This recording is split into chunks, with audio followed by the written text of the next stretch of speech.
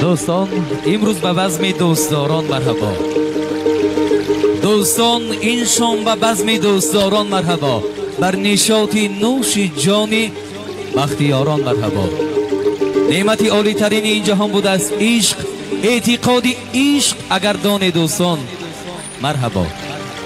در این شام عشق و محبت، در این لحظه های رقصیدن و چرخیدن، هر کدام شما را مردم شریفی دشت خارزار، هر کدام شما را بار دیگر به این درگاه، به خاندان عائله سلطانوفا با صمیمیت، با مهر و محبت دعوت بکنیم.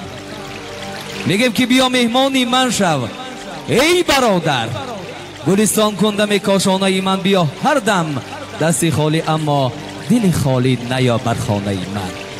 با دل پر از مهر هر یک شما مهمانان عزیز و ارجمند، همسایه های نزدیک و دوری، پدر و مادر بزرگواری خاندان، اکای سید جعفر و قربانبی، همه شما را خوش آمدید بگیم. دعوت میکنیم بیایید فارغ از غم و غصه لحظه گیری ترانه های عاشقانه هنرمند معروف شناخته، یک از چهره های نامدار و نامآور